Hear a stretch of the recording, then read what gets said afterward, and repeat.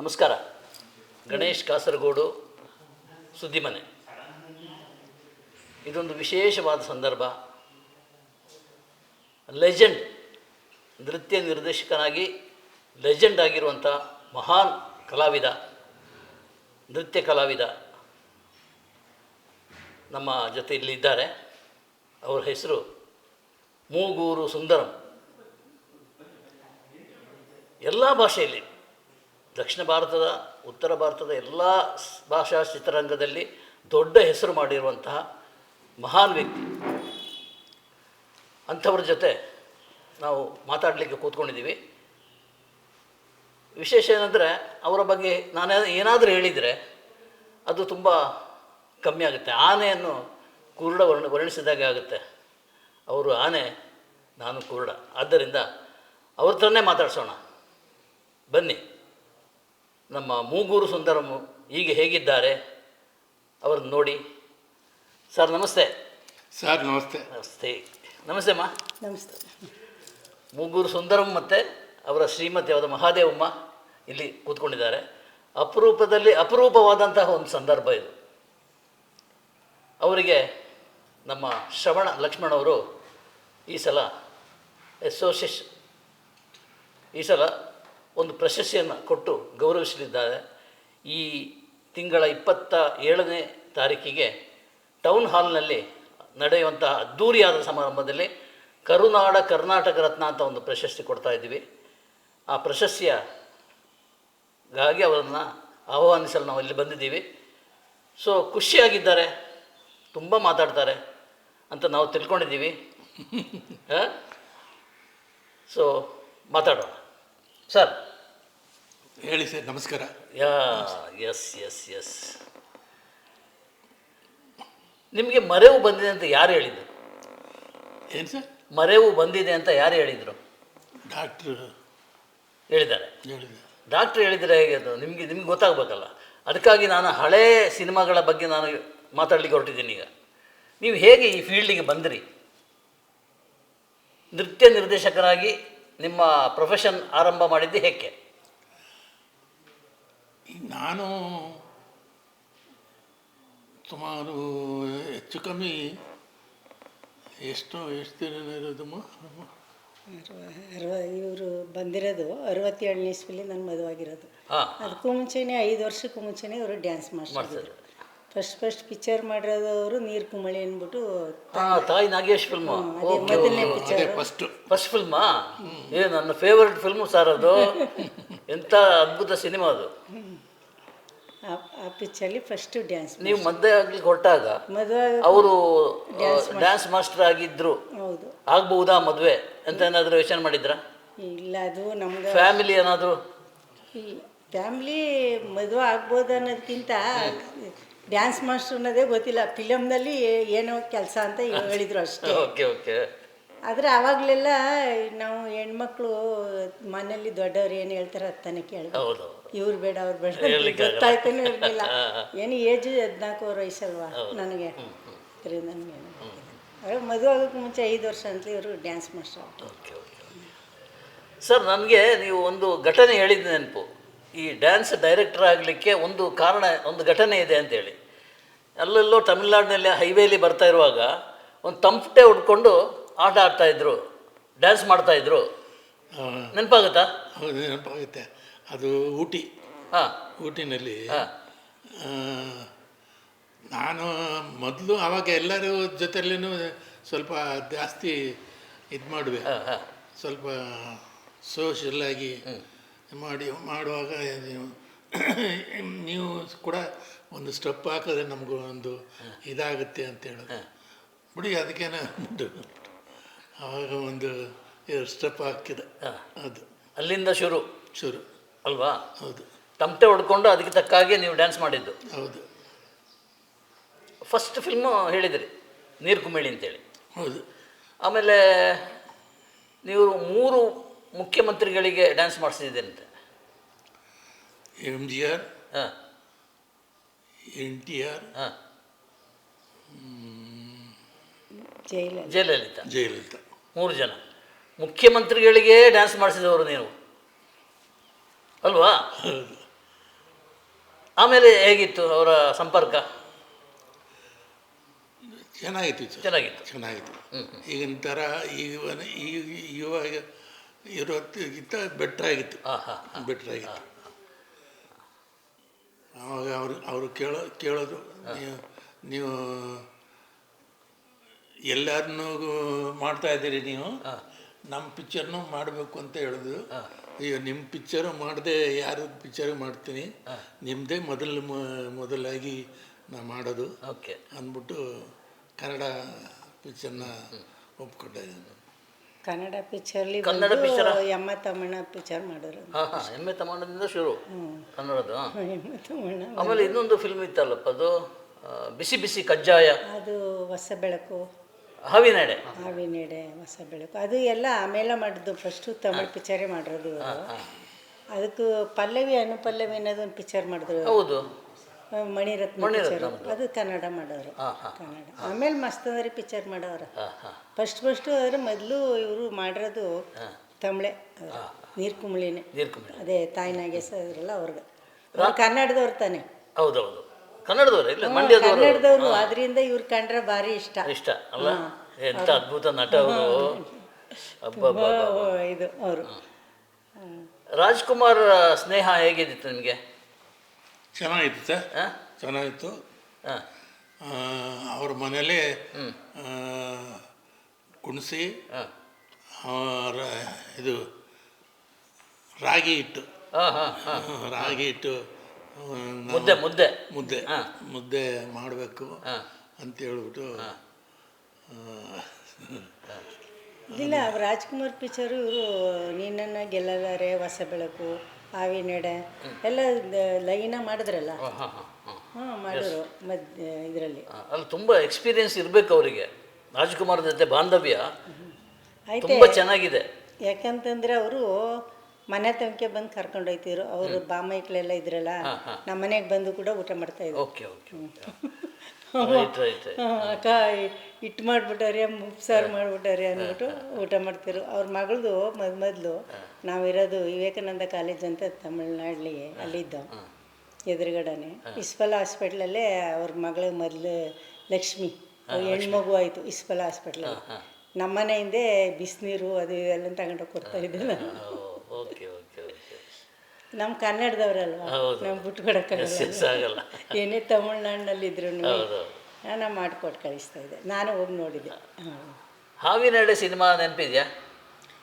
ಹಾವಿನ ಹೆಡೆ, ಬಿಸಿ ಬಿಸಿ ಕಜ್ಜಾಯ, ಅದು ಬರೀ ಡ್ಯಾನ್ಸ್ ಅಲ್ಲ, ಡಿಸ್ಕುಮ್. ಅದೇ ಅದ್ರ ಬಗ್ಗೆ ಏನಾದರೂ ಹೇಳಲಿಕ್ಕಾಗತ್ತಾ? ಎಷ್ಟು ವರ್ಷ ಆಯಿತು ಸರ್, ಅಷ್ಟು ಅಲ್ಲ. ಅಂತ ಒಂದು ಡ್ಯಾನ್ಸ್ ಬೇಕು ಅಂತ ಹೇಳಿದಾಗ, ಅದು ಫೈಟ್ ಸಮೇತ ಮಾಡಬೇಕು ಅಂತ ಹೇಳಿದಾಗ, ಅದು ವಿಶೇಷವಾದ ಡ್ಯಾನ್ಸ್. ಅದು ತುಂಬ ವರ್ಷ ಆಯಿತು. ಎಷ್ಟು ವರ್ಷ ಆಯಿತು? ಇಲ್ಲ, ಅದು ತುಂಬ ಫೇಮಸ್ ಆಯಿತು. ಈಗಲೂ ಫೇಮಸ್ ಆಯಿತು. ಈ ಥರ ಮಾಡೋರಲ್ಲ ಅಂತ ಇವ್ರನ್ನೇ ಎಷ್ಟೋ ಜನ ಬಂದು ತುಂಬ ಚೆನ್ನಾಗಿ ಮಾಡಿದ್ದಾರೆ ಸರ್ ಅಂತ ಹೋಗ್ಬಿಡಿದ್ರು. ಆದರೆ ನಾನು ಇದ್ದೆ, ನಾನು ಇದ್ನಲ್ಲ, ಕನ್ನಡದವ್ರು ಬರ್ತಾ ಇದ್ರಲ್ಲ ಮನೆಗೆ, ಅಲ್ಲಿ ಚೆನ್ನೈಲಿ ಎಲ್ಲರೂ ಅವಾಗ ಕನ್ನಡ ಪಿಕ್ಚರ್ದವರು ಮಡ್ರಾಸ್ನಲ್ಲೇ ಇದ್ದದು. ಈ ಕಣಗಲ್ ಪುಟ್ಟಣ್ಣ ಮೊದಲು ಕಣಗಲ್ ಇಂಡಸ್ಟ್ರಿನೇ ಅಲ್ಲಿ ಇತ್ತು. ಅವರು ಬಂದಿದ್ದಾರೆ ನಮ್ಮ ಮನೆಗೆ. ನಾನು ಕಣಗಲ್ ಪುಟ್ಟಣ್ಣ, ಅವಾಗ ಅವ್ರು ಫೇಮಸ್ ಆಗಿರಲಿಲ್ಲ. ನಾನು ಮದುವಾದ ದೋಸ್ತಲ್ಲಿ ಇವ್ರು ನೋಡಕ್ಕೆ ಬತ್ತಿದ್ರು ಅವರು. ಅವಾಗ ಇವರನ್ನೆಲ್ಲ ನೋಡೋಕೆ ನಿಮ್ಗೆ ಏನು ಅನಿಸ್ತಾ ಇತ್ತು? ಯಾವಾಗ ಈ ಸಿನಿಮಾದವರನ್ನ ಮನೆಗೆ ಬಂದು ಮಾತಾಡೋ ರೀತಿ ಇದೆಲ್ಲ ನೋಡಿದಾಗ? ನನಗೆ ಆ ಥರ ಏನೂ ಇಲ್ಲ. ಆದರೆ ಕನ್ನಡದವ್ರು ಬಂದಾಗ ನಂಗೆ ಒಂದು ಸ್ವಲ್ಪ ಖುಷಿ ಆಯ್ತಾಯಿತ್ತು. ಯಾಕಂದರೆ ನಾನು ಇಲ್ಲಿ ಕನ್ನಡದ ಅಲ್ಲಿ ಹೋಗಿ ಇಲ್ಲಿ ಕರ್ನಾಟಕದಿಂದ ಹಳ್ಳಿಯಿಂದ ಹೋಗಿದ್ದೀನಿ. ಇವು ಕನ್ನಡ ಮಾತಾಡ್ತಾವ್ರಲ್ಲ ಅಂತ ತುಂಬ ಖುಷಿ ಪಡ್ತಾ ಇದ್ದೆ. ನಾನು ಅಷ್ಟು ಇಷ್ಟಪಡ್ತಾ ಇದ್ದೆ. ಅವಾಗ ಪದೇ ಜನ ಬರ್ತಾ ಇದ್ರು ಮನೆಗೆ, ದೊಡ್ಡ ಸ್ಟಾರ್ಗಳು. ಹೌದು, ಇವ್ರುಗಳು ತಮಿಳು ಎಲ್ಲರೂ ಬಂದಿದ್ದಾರೆ ನಮ್ಮ ಮನೆಗೆ. ಎಲ್ಲರೂ ಬಂದಿದ್ದಾರೆ. ನಮ್ಮ ಮನೆಗೆ ಬರ್ತಿದ್ದವರೇ ಎಲ್ಲೇ ಸರ್, ಯಾರಿಗಿಲ್ಲ. MGR ಬಂದಿದ್ದಾರೆ, ಶಿವಾಜಿ ಗಣೇಶನ್, ಆಮೇಲೆ ಜಮಿನಿ ಗಣೇಶನ್, ಎಲ್ಲರೂ ಬಂದಿ. ಇಂಥವರು ಅಂತ ಹೇಳೋಕ್ಕೆ ಇದಿಲ್ಲ, ಎಲ್ಲರೂ ಬಂದಿದ್ದಾರೆ. ಸೊ ಅಷ್ಟು ಪ್ರೀತಿ ಸಂಪಾದಿಸಿದ್ದೀರಿ ನೀವು ತಮಿಳ್ನಾಡಿನಲ್ಲಿ. ಆಮೇಲೆ ಇದು ಹಿಂದಿ ಚಿತ್ರರಂಗ, ಹಿಂದಿಯವರು ಕೂಡ ಬಂದವರು. ಯಾರು ಅಲ್ಲಿ ಅದ್ರಲ್ಲಿ ಅದೇ ರಾಜ್ಕುಮಾರ್ ಸಂತೋಷ್ ಅವ್ರು ಬಂದವ್ರ. ಆಮೇಲೆ ಇವರು ಅಲ್ಲ, ಇವರು ಡ್ಯಾನ್ಸ್ ಡೈರೆಕ್ಟ್ ಮಾಡಿದ ಹಿಂದಿ ಸಿನಿಮಾದ ಮಾಡೋರು ಅದು ಯಾವುದು ಅಂತ ಆವಾಗ ನಾನು ಮದುವೆ ದೋಸ್ತಲ್ವ ಅವಾಗ ಮಾಡೋರ. ಅವಾಗ ನಂಗೆ ಅಷ್ಟು ಗೊತ್ತಿಲ್ಲ. ಆದರೆ ಪಿಕ್ಚರ್ಗಳನ್ನ ನಾನು ನೋಡಿದ್ದೀನಿ. ಇವ್ರು ಮಾಡಿರೋದಲ್ಲ, ಪಿಕ್ಚರ್ ಹೋಗಿ ನೋಡ್ತಾ ಇದ್ದೆ. ಇವ್ರು ಕರ್ಕೊಂಡು ಹೋಗ್ತಿದ್ರಲ್ಲ, ಹಿಂದಿ ನೋಡ್ತಾ ಇದ್ದೆ. ಫಸ್ಟ್ ಕರ್ಕೊಂಡದ್ದು ತೇರೆ ಮೇರೆ ಸಪ್ನ ನೋಟು ಪಿಕ್ಚರು ನನ್ನನ್ನು ಥಿಯೇಟ್ರ್ ಹೇಳ್ಕೊಂಡದ್ದು ಸಿನಿಮಾ ನೋಡಿ ಬಂದ ಹಿಂದಿ ಹಿಂದಿ ಮುಮ್ತಾಜ ಅಂದ್ಬಿಟ್ಟು ಲೇಡಿ ಮುಮ್ತಾಜು. ಆಮೇಲೆ ರಾಜ್ಕುಮಾರ್ ಏನೋ. ಆಮೇಲೆ ನಾನು ಹಿಂದಿ ಇವ್ರು ಹೋಯ್ತಿದ್ರಲ್ಲ ಹಿಂದಿ ನೋಡೋಕೆ ಅವಾಗ ಕರ್ಕೊಂಡು ಹೋಯ್ತಾ ಇದ್ದೆ. ಚೆನ್ನಾಗಿ ನೋಡ್ಕೊಂಡ್ರ ಯಾರು ನನ್ನ ಎಲ್ಲಿ ಡ್ಯಾನ್ಸಿಗೆ ಹೋಗ್ಬಿಟ್ರೆ ಹಂಗೆ ಹೋಗೇ ಬಿಡ್ತಾರಲ್ಲ, ಒಯ್ತಾರ. ಆದ್ರೆ ಹೋದ್ರೂ ಮನೇಲಿ ಹೆಂಡತಿ ಅಂತ ಅವ್ರಲ್ವಾ, ಇಲ್ಲಿಂದ ಕರ್ಕೊಂಡೋಗಿ ನೋಡ್ಕೊಳ್ದೇನಿದ್ರು ಸುಮ್ಮನಾಗ್ತಾರೆ ಇಲ್ಲಿರೋರು. ಅಲ್ಲ, ಮನೆಗೆ ಬಂದಾಗ ಪ್ರೀತಿಯಿಂದ ಮಾತಾಡಿಸೋದು. ಈಗ ಸಾಮಾನ್ಯವಾಗಿ ಇಂಥ ಬ್ಯುಸಿಯಾಗಿದ್ದವರು ದಿವಸಕ್ಕೆ 3 ಇದರಲ್ಲಿ ಶಿಫ್ಟಿನಲ್ಲಿ ಕೆಲಸ ಮಾಡ್ತಾ ಇದ್ದವರು ಅಲ್ಲೆಲ್ಲಿಂದಲೋ ಬರ್ತಾರೆ, ಇಲ್ಲಿ ಸೂಟ್ ಕೇಸ್ ತೊಗೊಂಡು ಇನ್ನೊಂದು ಕಡೆಗೆ ಹೋಗ್ತಾರೆ. ಡ್ರೆಸ್ ರೆಡಿ ಮಾಡಿರ್ತೀರಿ ನೀವು. ಅಂಥದ್ದಾದಾಗ ಒಂದು ಮಾತಾಡಲಿಕ್ಕೆ, ಒಂದು ದಾಂಪತ್ಯದಲ್ಲಿ ತುಂಬ ಒಳ್ಳೆಯ ರೀತಿಯಲ್ಲಿ ವರ್ತಿಸಿದ್ದಾರೆ ಅವರು. ಅದೇನಿಲ್ಲ ಸರ್, ಚೆನ್ನಾಗೇ ನೋಡ್ಕೊತಾ ಇದ್ದಾರೆ. ಈಗ ಕಂಪ್ಲೇಂಟ್ ಮಾಡಿದ್ರೆ ಪ್ರಾಬ್ಲಮ್ ಆಗ್ತದೆ ಅಂತೇಳಿ ಏನಿಲ್ಲಲ್ಲ. ಕಂಪ್ಲೇಂಟ್ಗಳು ಎಷ್ಟೋ ಇರ್ತಾವೆ ಗಂಡ ಹೆಂಡತಿನಾಗ, ಅವೆಲ್ಲ ಅದೆಲ್ಲ ಅಡ್ಜಸ್ಟ್ ಮಾಡ್ಕೊಂಡು ಹೋಗ್ಬೇಕು ಅಷ್ಟೇ.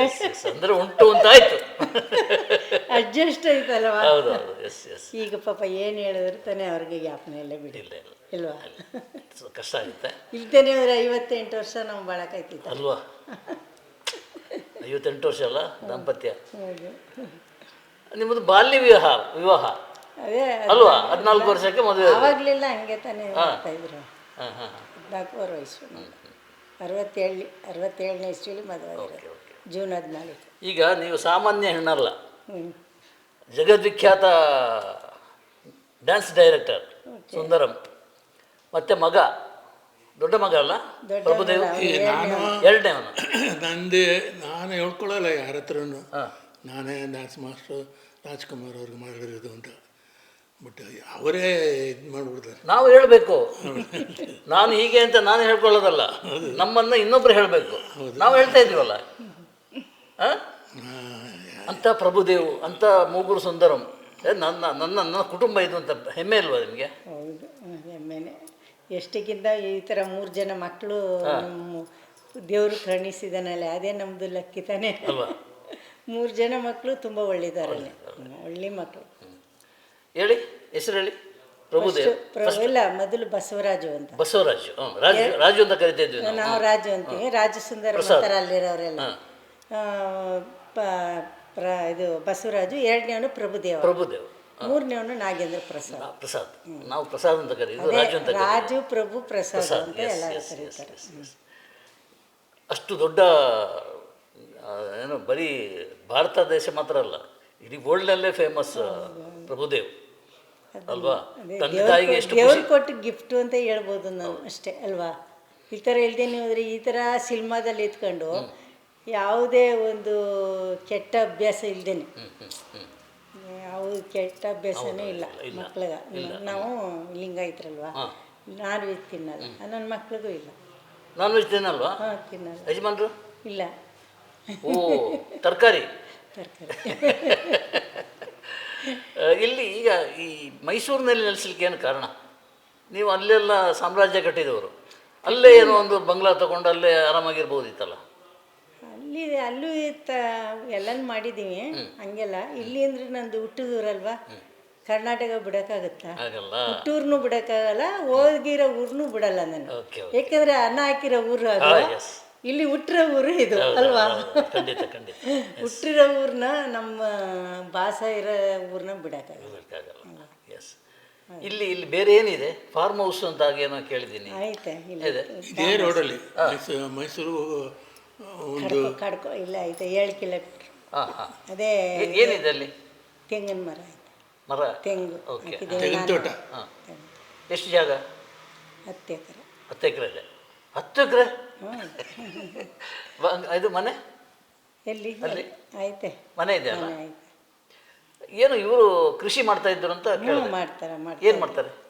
ಅದೇ ಈ ತೆಂಗಿನ ತೋಟ ಮಾಡೋದೇ ಇವರೇ. ಈ ಗಿಡ ಎಲ್ಲ ಹಾಕ್ಸಿ ಬೆಳೆಸಿರೋದೆಲ್ಲ ಇವರೇ. ಓಕೆ. ಹ್ಞೂ, ಇವರೇ ಬೆಳೆಸಿರೋದು. ತೆಂಗಿನ ಗಿಡ ಹಾಕಿದ್ದೀವಿ, ಇನ್ನೊಂದು ತೋಟದಲ್ಲಿ ಮಾವಿನ ಗಿಡ ಹಾಕಿದ್ದೀವಿ. ಅಲ್ಲಿ ಅದು ದೂರ ಅಂತ ಆಯ್ತಲ್ಲ ನಮ್ಮ ತಾಯಿ ಊರು, ಅಲ್ಲೊಂದು 10 ಎಕರೆ ಆಯಿತು. ಓಕೆ.